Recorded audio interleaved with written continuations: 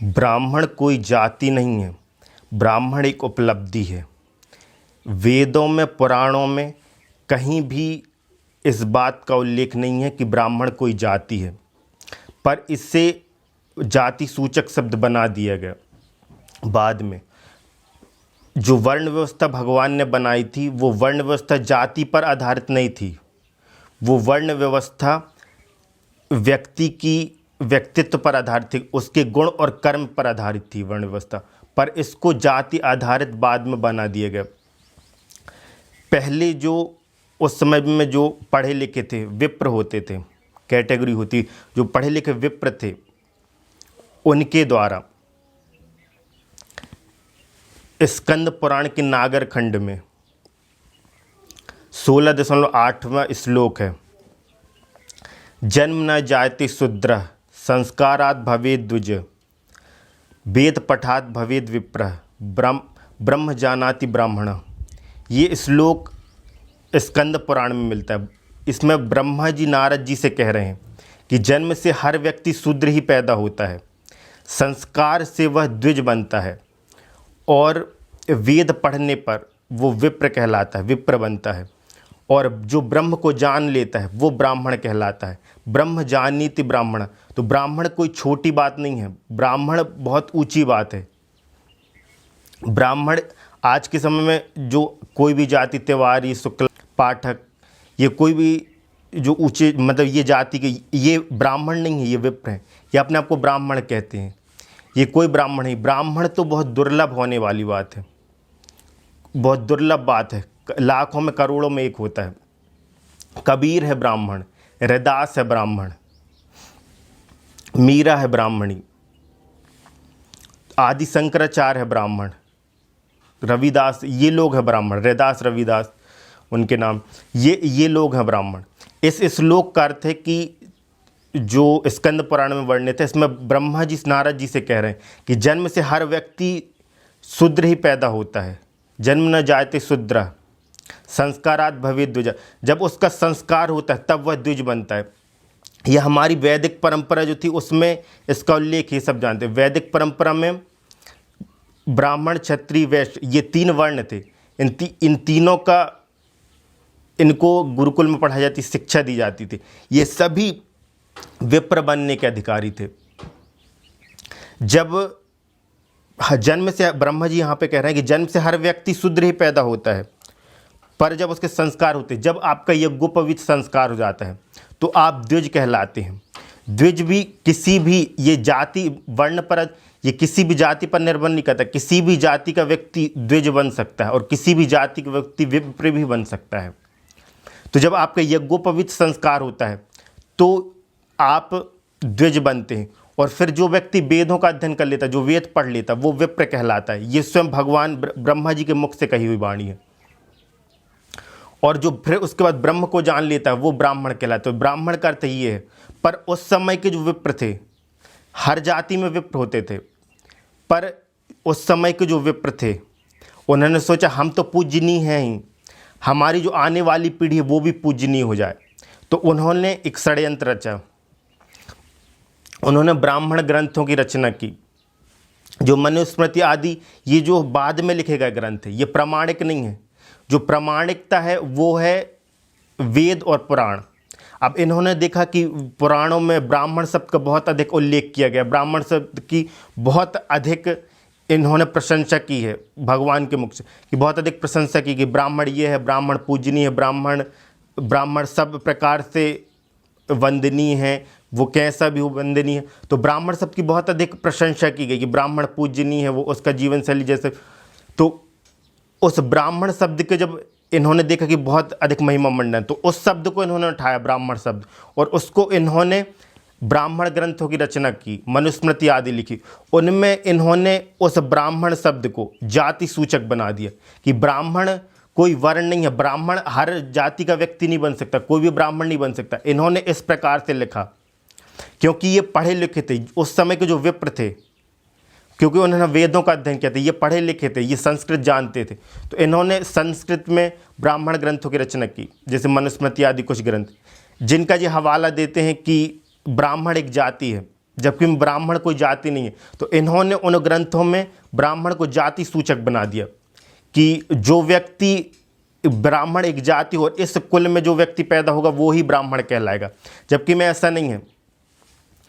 पुराण में इसको उल्लेख कि स्कंद पुराण खुद कह रही है, ब्रह्मा जी के मुख से ब्रह्मा जी ने खुद बोला है कि ये जाति, ब्राह्मण कोई जाति से पैदा नहीं होता, व्यक्ति कर्म और गुण से पैदा होता है, गुण और कर्म से बनता है। ये प्रमाण दे रहे हैं, ये खुद प्रमाण है। तो इन्होंने उस ब्राह्मण शब्द को जाति सूचक बना दिया। और फिर अब इसके बाद ये ब्राह्मण शब्द, तो ये तथाकथित ब्राह्मण है, ये ब्राह्मण नहीं है। इन्होंने उसको चुराकर इसकी इसको जातिवाचक बना दिया। तो अब ये पुराणों में इसका उल्लेख मिलता है तो लोग उसको प्रामाणिक मानते हैं, जबकि ये एक प्रकार का षड्यंत्र रचा गया था उस समय के लोगों के द्वारा। तो ब्रह्म जानिति ब्राह्मण है, जो ब्रह्म को जानता है वही ब्राह्मण है।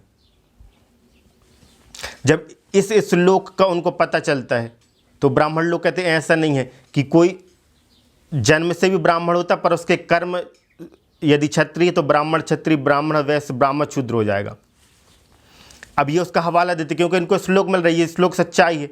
जैसे कोई शूद्र है और वो ब्राह्मण जैसे कर्म कर रहा है तो वो शूद्र ब्राह्मण, शूद्र सचिव, शूद्र वो। अब ये इसको परिभाषा दूसरे तरीके से परिभाषित करने की कोशिश कर रहे हैं कि अब इनको कोई कारण नहीं मिल रहा है इसका।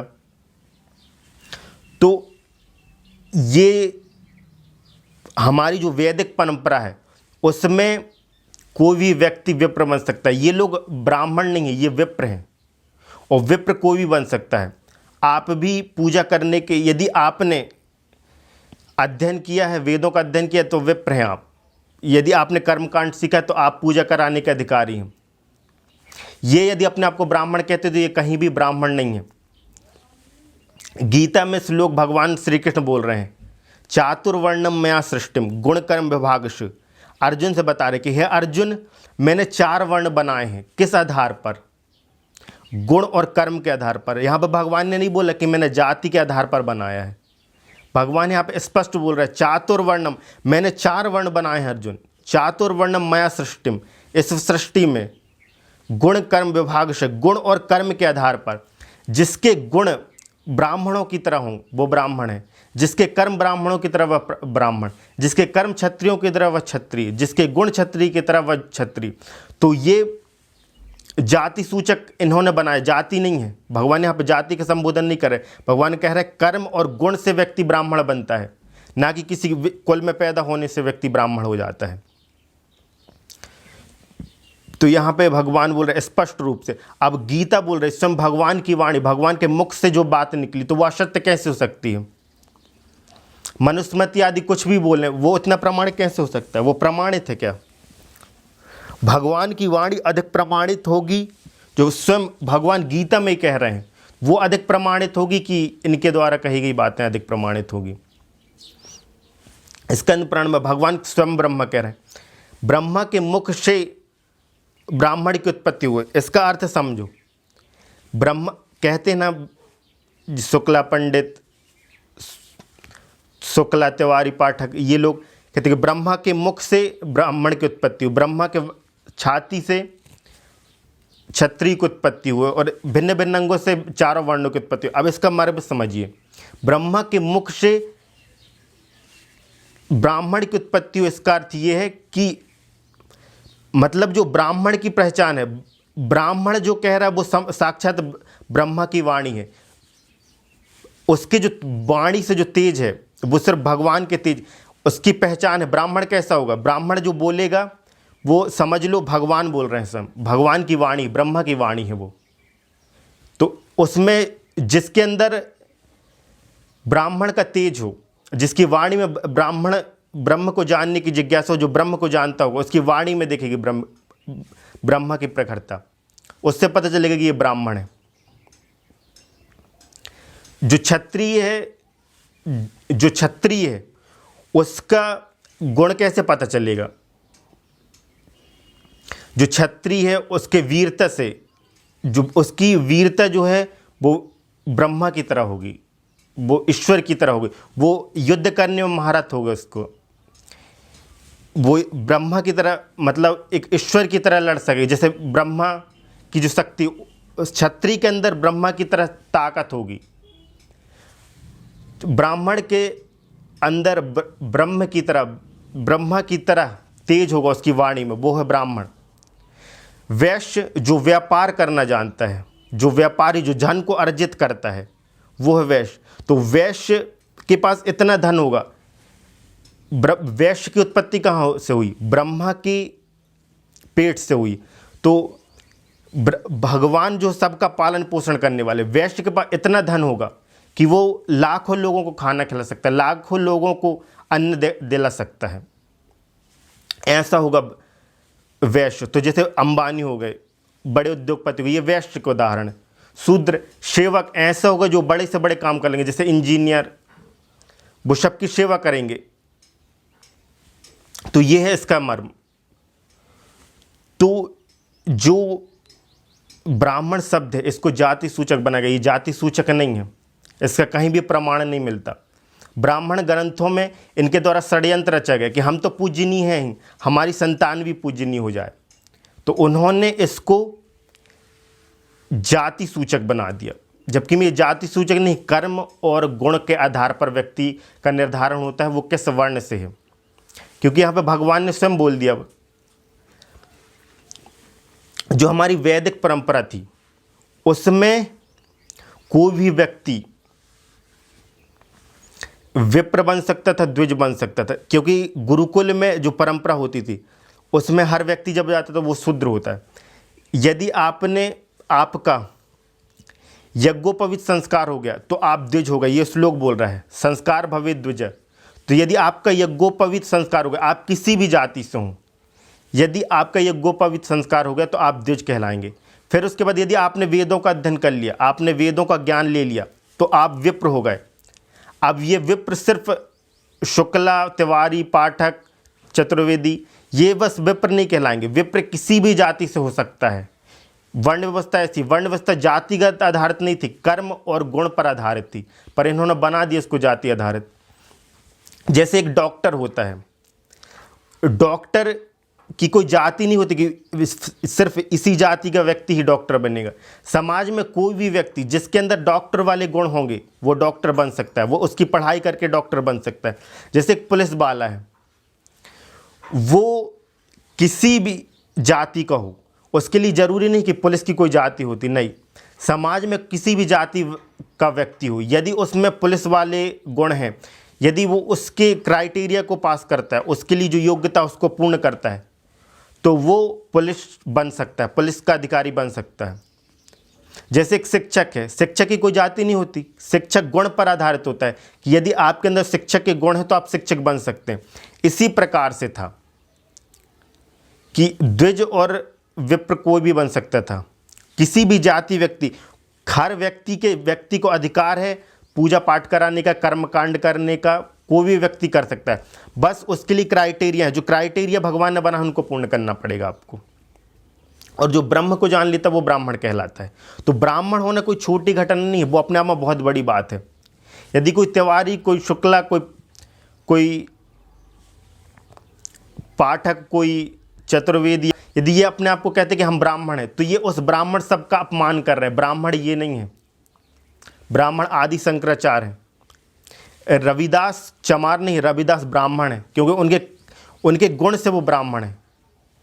जब व्यक्ति ब्रह्म को जान जाता है तो वो ब्राह्मण हो जाता है, वो अपने आप में पूजनीय हो जाता है। फिर उसके लिए कुछ भी मायने नहीं रखते। फिर उसके लिए यज्ञोपवीत आदि ये सिर्फ इसलिए बनाए गए हैं कि वो यज्ञोपवीत भगवान इसलिए वो संस्कार दिए गए कि वो आपको उस ब्रह्म की याद दिलाते रहे कि आप उस ब्रह्म की तरफ गति कर रहे हैं, उस ब्रह्म को जानने का प्रयास कर रहे हैं, उस ब्रह्म को समझने का प्रयास कर, वो निरंतर वो यज्ञोपवीत आपको वो दिलाता रहे। तो आप समझें कि इसलिए अब इस परंपरा को तोड़ना होगा। शूद्र कह कहकर इन लोगों ने बहुत अधिक शोषण किया। इन्होंने अपने आप को ब्राह्मण कहलाया, इन्होंने अपने आप में कि इस वर्ण में पैदा होने वाला, मतलब इस ब्राह्मण जाति में पैदा होने वाला व्यक्ति ब्राह्मण होगा। वो ब्राह्मण नहीं, वो विप्र है, वो विप्र कोई भी बन सकता है। तो इन्होंने अपने ग्रंथों में लिखा और उन्हीं का हवाला देते हैं, जबकि मैं ऐसा नहीं। इन्होंने षड्यंत्र रचा कि हम तो पूजनीय, हमारी संतान भी पूजनीय रहे। तो अब इनके किया हुए कर्म का फल अब इनको भगवान दे रहे हैं। अब भगवान की चाबुक इनके ऊपर पड़ रही है। इसलिए तो संविधान में, जब संविधान बना तो भगवान की मर्जी से होता है ना हर कार्य, भगवान की मर्जी के बिना कोई पत्ता भी नहीं हिलता।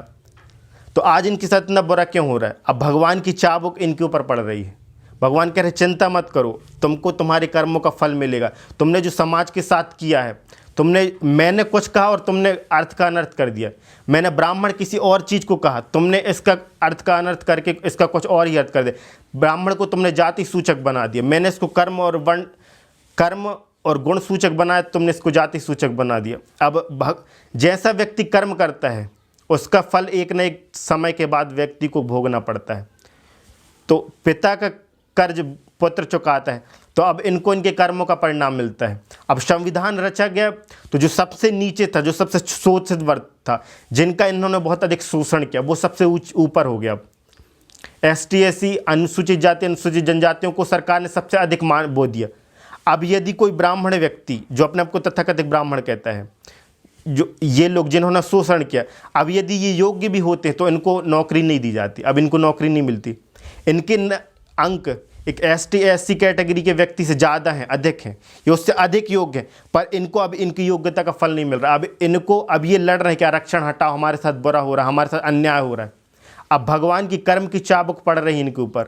अब इनके किए हुए कर्म को, जो इन्होंने संस्कृति के साथ जो छेड़छाड़ किया, जो हिंदू धर्म, हिंदू सनातन रूपी गंगा है, इसको अशुद्ध किया इन्होंने, इसमें जो नाली छोड़े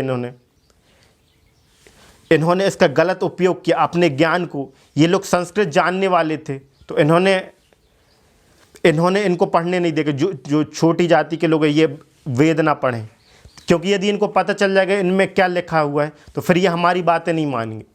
तो इन लोगों ने इनका शोषण किया, तो अब इनको इनका बदला मिल रहा है, इनको इनके कर्मों का परिणाम भोगने को मिल रहा है। अब इनके साथ बुरा हो रहा है, अब कर्म की चाबुक इनके ऊपर पड़ रही है। जैसा इन्होंने किया अब उसका उनको फल प्राप्त हो रहा है। भगवान के घर में देर है, अंधेर नहीं। भगवान ऊपर बैठकर सब देखता है, ईश्वर। उसने देखा इन्होंने शोषण किया, ये अपने आप को ब्राह्मण कहलाते कि हम शूद्र या कोई दूसरी जाति का, हम उसका छे हुआ पानी भी नहीं पिएंगे। इन लोगों के साथ इन्होंने इतना बुरा व्यवहार किया, अब इनके साथ हो रहा है। अब डॉक्टर अंबेडकर ने आरक्षण बना दिया, अब वो आरक्षण नहीं हट रहा, अब इनको कर्मों का परिणाम मिल रहा है। यदि ये इतने पूजनीय होते तो सब कुछ भगवान की, ईश्वर की मर्जी से हो रहा है। एक भी पत्ता भगवान की मर्जी के बिना नहीं हिलता। तो इतना बड़ा काम इनके साथ नहीं बढ़ती, दुर्गति क्यों हो रही इनको रोजगार क्यों नहीं मिल रहा है, इनको आरक्षण क्यों नहीं मिल रहा, हर चीज़ में इनको छूट क्यों नहीं मिल रही। जो सबसे छोटा उसको अधिक छूट मिल रही, उससे बड़ा जो सबसे ऊंचा कहलाता था उसको सबसे नीचे कर दिया गया। ओबीसी वाला व्यक्ति, जनरल वाला, मैं भी एक ST SC के व्यक्ति ने जो शोषण उसका हुआ है, जो उसके साथ बुरा हुआ, उसके दुख को हम नहीं समझ सकते, मैं भी नहीं समझ सकता। वो सिर्फ वही व्यक्ति समझ सकता है जिसके साथ वो कर्म हुआ, जिसके साथ वो बुरा हुआ है। तो अब जो अनुसूचित जाति अनुसूचित जनजाति वाले व्यक्ति, उनका शोषण हुआ, इस कारण से वो कहते हैं हम उनकी हिंदू धर्म से आस्था ही खत्म हो गई, वो नास्तिक हो गए, वो बुद्ध धर्म को अपना रहे हैं या फिर वो नास्तिक हो रहे हैं। आपको नास्तिक होने की ज़रूरत नहीं, आपको यहाँ छोड़ कर जाने, इस धर्म को छोड़ कर जाने की आवश्यकता नहीं है। ये धर्म आपका है, आप कायर नहीं, आप योद्धा हैं। आपने पहले भी युद्ध लड़े हैं, आपने पहले भी एक योद्धा की तरह संघर्ष किया है, आपको योद्धा की तरह आज भी लड़ना होगा। आप भाग नहीं सकते, यदि आप भाग रहे हो तो फिर आपकी हार हो जाएगी, आपको लड़ना पड़ेगा, आपको अपने अधिकार पाना पड़ेगा। अब इसके लिए क्या है, अब इसके लिए उपाय ये है कि वैदिक परंपरा में पूरा सिस्टम है कि जो भी व्यक्ति ब्रह्म को जानने में रुचि रखता है, जो भी ईश्वर परायण है, जो भी व्यक्ति वैष्णव है, जो भी ब्रह्म का चिंतन करता है, ब्रह्म का ध्यान करता है, वो व्यक्ति, हर जाति में ऐसा व्यक्ति होगा, तो हर अपनी अपनी जाति का व्यक्ति जो उस जाति में वो पूजनीय विप्र तैयार करें, हर जाति में एक पूजनीय विप्र बनाए, अपने अपने पूजनीय विप्र तैयार करें जो ब्रह्म को जानते हैं। वो उसके लिए एक पूरा क्राइटेरिया है, उसको आपको पालन करना पड़ेगा, किसी भी जाति का व्यक्ति हो। यहाँ पे ब्रह्मा जी ने बोल रहे जन्म जायते शूद्र संस्कारात् भवेत् द्विज। आप उसके लिए 3 क्राइटेरिया इनको पूरा करना पड़ेगा। पहला, आपको यज्ञोपवीत धारण करना पड़ेगा, यज्ञोपवीत संस्कार आपका होता है तो आप द्विज हो जाते हैं, किसी भी जाति का व्यक्ति हो वो द्विज बन सकता है। फिर उसके बाद आपको वेद पढ़ना पड़ेगा। यदि आपने वेदों का अध्ययन कर लिया, आपने कर्मकांड सीख लिया, पूजा पद्धति सीख ली, तो आप विप्र बन गए। जितने पूजनीय शुक्ला पंडित त्यौहार, उतनी पूजनीय आप भी हो गए। यदि आपने संस्कार धारण कर लिया, आपने कर्मकांड सीख लिया, आप भी पूजा कराने के अधिकारी। फिर आपके घर में यदि सत्यनारायण की पूजा होती तो आप अपनी जाति के ही पूजनीय विप्र से कराएं। आपको अब ऐसे लोग तैयार करने पड़े। जब तक वो नहीं है, अब जब तक हर जाति में यदि वो तैयार नहीं हो पा रहे, तब तक आप कोई त्रिपाठी, तिवारी, शुक्ला, गुप्ता, इनसे पूजा करवाएं। यदि आपकी जाति में ये व्यक्ति तैयार हो जाते तो आप अपनी जाति के विप्र, पूजनीय विप्र, जो ब्रह्म परायण हैं, जो वैष्णव हैं, उनसे पूजा कराएं। उनका देखें, उनको यज्ञोपवीत दिलवाना आप हर व्यक्ति कर सकता है, हर जाति का व्यक्ति कर सकता है। तो तभी ये जो कुरीति है, ये ब्राह्मण बनने की ये इनके द्वारा जो कुरीति चलाई गई, इस कुरीति का अब विरोध करना आवश्यक है। अब विरोध का समय आ गया है। अब कोई व्यक्ति शोषित ना हो, क्योंकि ये गलत था। वेदों में, पुराणों में और भगवद गीता कहीं पे भी नहीं लिखा कि ब्राह्मण जाति सूचक शब्द है, पर ब्राह्मण ग्रंथ, मनुस्मृति आदि द्वारा इन विप्रों द्वारा, जो तथाकथित ब्राह्मणों के द्वारा लिख दी गई कि ब्राह्मण जाति सूचक है, जबकि मैं ब्राह्मण जाति सूचक नहीं, कर्म और गुण से बनता है। इन्होंने लिख दिया, उसको बढ़ा चढ़ा कर बता दी कि जो ब्राह्मण परिवार में पैदा होगा वो व्यक्ति ब्राह्मण ही होगा, उसके कुल का व्यक्ति पूजनीय ही होगा, चाहे वो कुछ जानता हो या ना जानता हो, चाहे उसके कर्म कितने ही निकृष्ट हों। ऐसा इन्होंने ब्राह्मण ग्रंथों में लिख दिया कि उनके कर्म कितने भी निकृष्ट हो, वो पूजनीय ही रहेगा। ये आपके साथ ये षड्यंत्र रचा गया उनके द्वारा, उस समय के विप्रों के द्वारा। विप्र बनने का हर कोई अधिकारी, पर ये ब्राह्मण नहीं कहलाएंगे। ब्राह्मण और ऊंची अवस्था है। ब्राह्मण जो ब्रह्म को जान जाए वो ही ब्राह्मण। ब्रह्म जानीति ब्राह्मण, भगवान ब्रह्मा कह रहे हैं नारद जी से कि जो ब्रह्म को जान लेता है वो ही ब्राह्मण कहलाने का अधिकारी है। उसके लिए फिर कुछ भी चीज़ मायने नहीं रखते। तो ब्राह्मण कोई छोटी चीज़ नहीं, बहुत बड़ी चीज़ है, अपने आप में उपलब्धि है। कबीर है ब्राह्मण, रैदास है ब्राह्मण, मीरा है ब्राह्मण, आदि शंकराचार्य है ब्राह्मण, रमण महर्षि, ये लोग हैं ब्राह्मण। ब्राह्मणों में कोई छोटी घटना नहीं है, ये लोग हैं ब्राह्मण। ये बाकी लोग विप्र हो। विप्र हर कोई बन सकता है, पूजा पाठ हर कोई करा सकता है। अब पुराणों में ब्राह्मण शब्द का उल्लेख किया गया है, पर पुराणों में जो ब्रह्मा जी ने ब्राह्मण शब्द का उल्लेख किया वो गुण और कर्म पर आधारित उस ब्राह्मण की करे। अब इनने देखे कि ब्राह्मण शब्द का बहुत अधिक महिमा मंडन किया गया है, इन्होंने उस शब्द को चुराया और इसको उन्हें जातिवाचक बना दिए। इसके बारे में उन्होंने अपने मन से कुछ भी लिख दिया। अब ये प्रमाण देते पुराणों का, देखो पुराणों में लिखा कि हम लोग कितने पूजनीय हैं इन तथाकथित ब्राह्मणों ने। ये ब्राह्मण नहीं है। अब इनकी चाबुक इनको पर पड़ रहा है, इसलिए आज इनके साथ दुर्गति हो रही है। तो ST SC अनुसूचित जाति, अनुसूचित जनजाति के जो लोग हैं उनको नास्तिक बनने की आवश्यकता नहीं है। आप बुद्ध धर्म को ना अपनाएं। आप यदि भाग जाते हैं तो आप कायर हैं।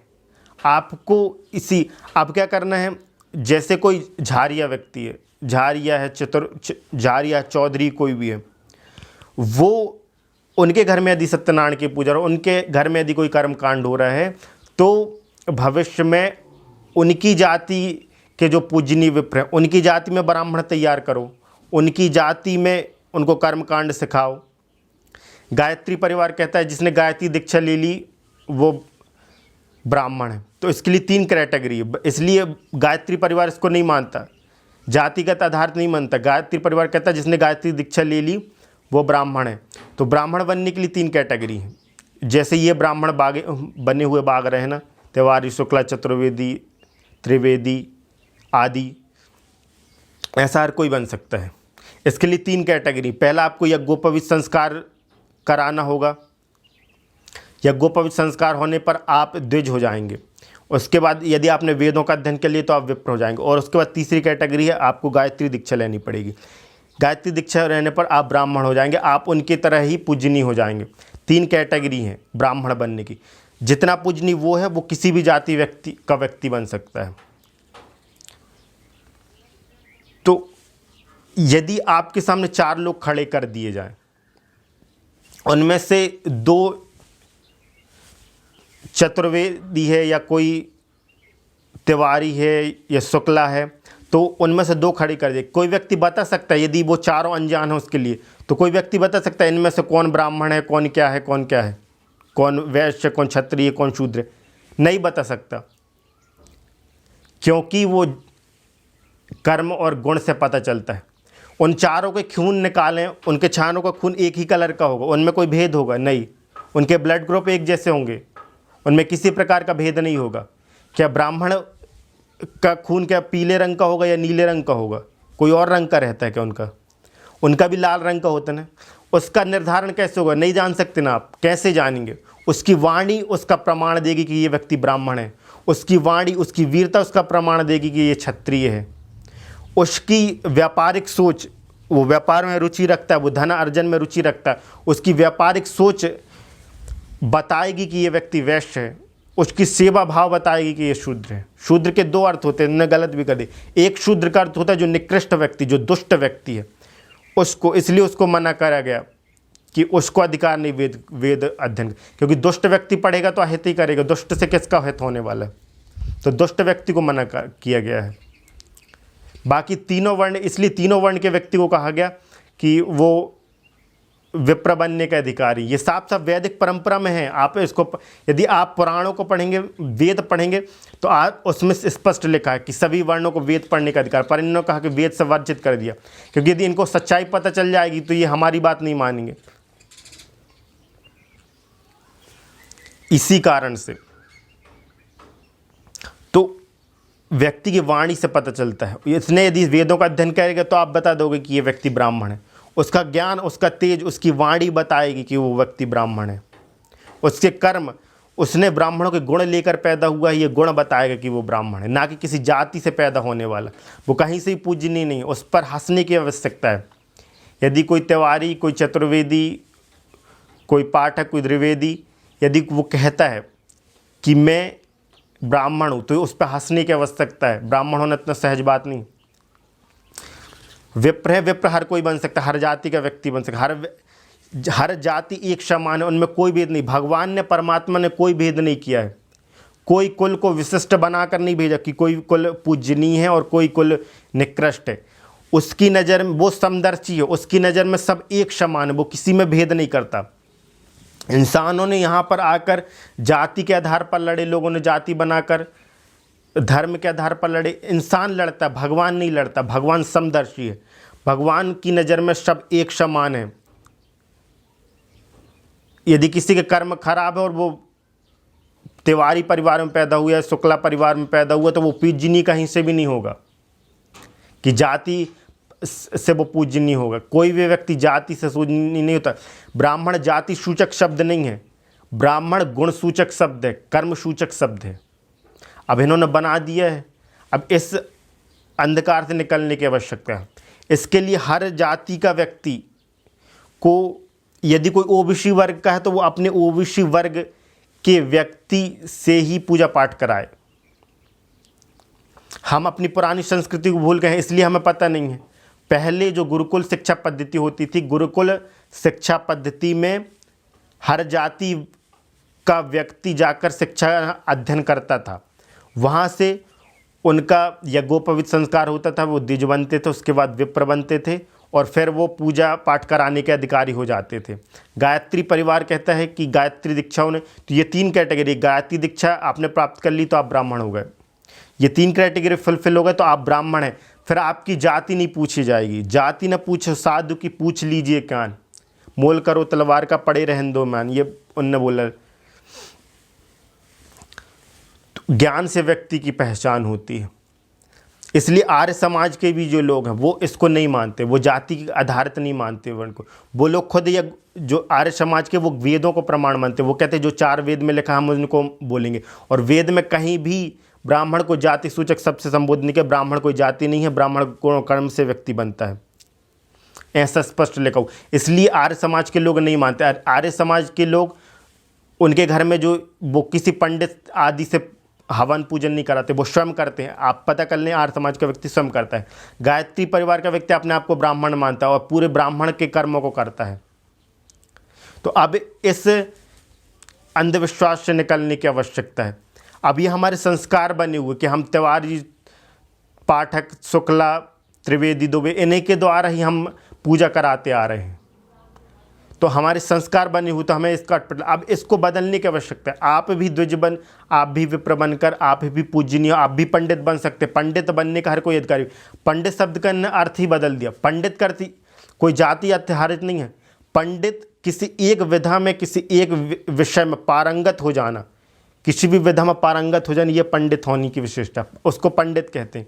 वो है पांडित्य। पंडित कोई जाति सूचक नहीं है, किसी एक विषय में पारंगत हो जाना, यही पंडित है। जैसे कोई वेदों का अध्ययन किया हो और वेदों में उसकी पारंगतता हो, वेदों का उसको पूरा याद हो, रटा हुआ हो, तो वो कहलाएगा,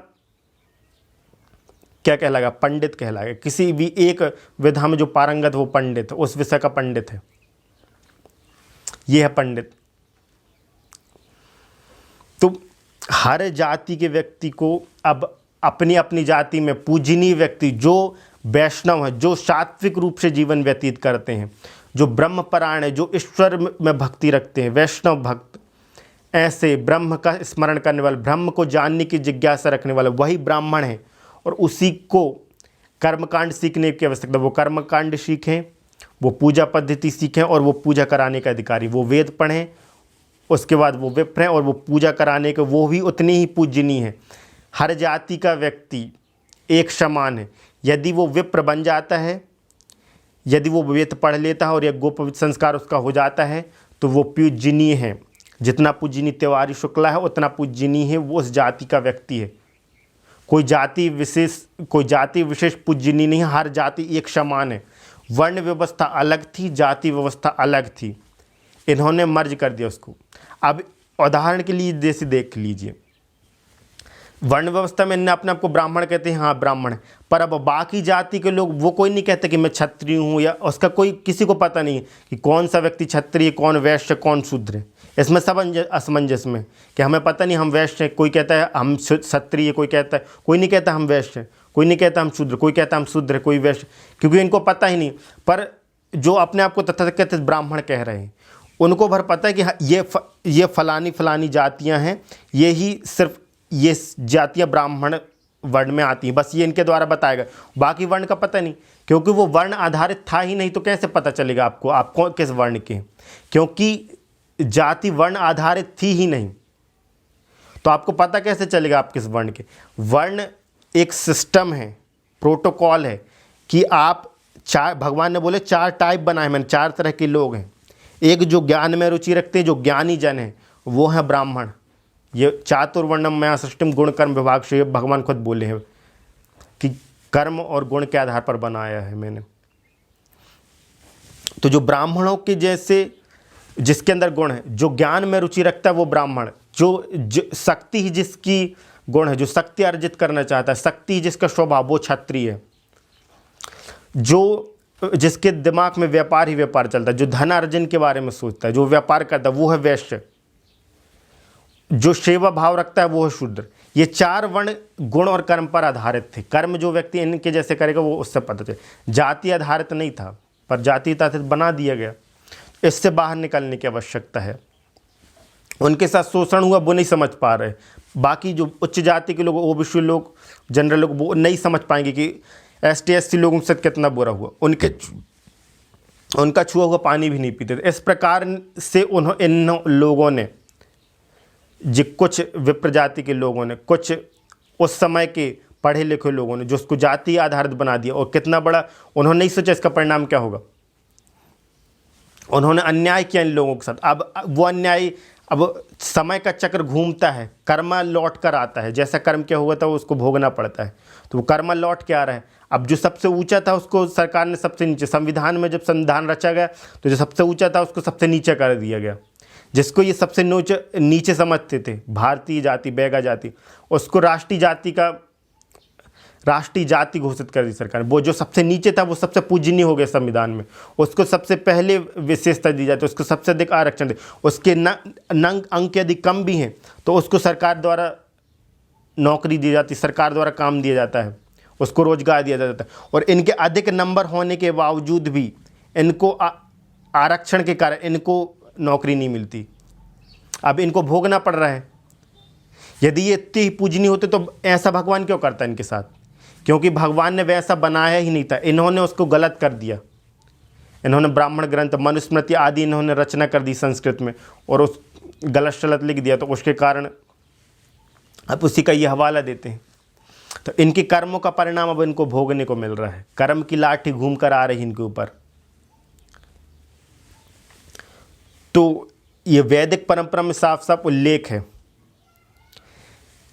ब्रह्मा जी ने नारद जी से कहा ना, जन्म जायते शूद्र, मतलब जन्म से हर व्यक्ति शूद्र ही होता है। यज्ञोपवीत संस्कार होने पर वह द्विज हो जाता है। कोई भी जाति पर आधारित नहीं है।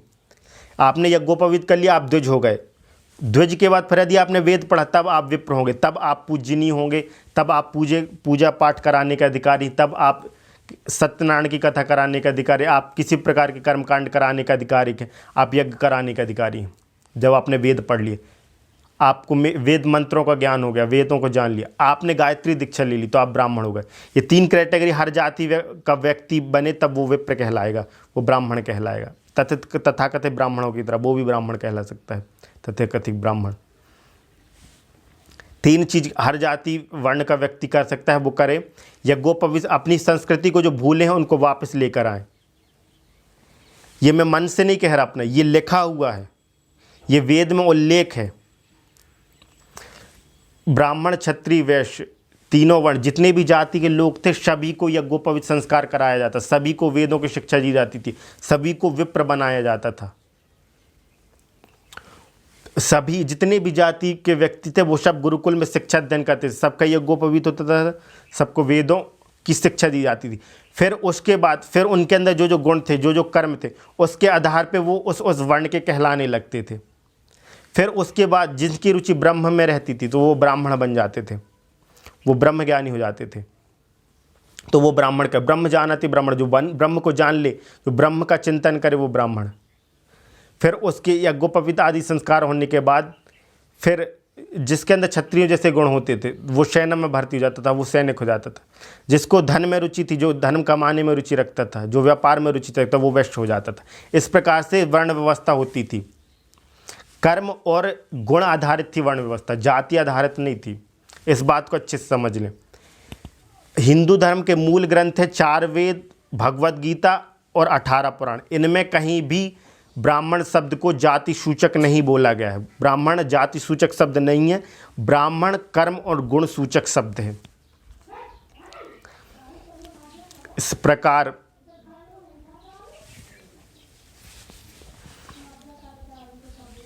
तो हमको वैदिक परंपरा में लौटना होगा। जो गुरुकुल परंपरा थी उसको हमें वो करना होगा। अब हर व्यक्ति वेद पढ़ने का अधिकारी है, पहले भी था, पर इन लोगों ने शोषण किया, अब इसके इनको कर्मों का परिणाम इनको भोगने को मिल रहा है। कि इन्होंने अपने आप को पूजनीय दिखाया, कि कोई भी जाति में पैदा होकर ही अपने आप को पूजनीय बनाने लगे।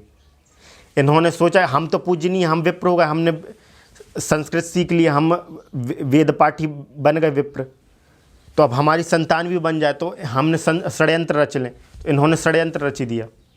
इस षड्यंत्र से बाहर आने की आवश्यकता है।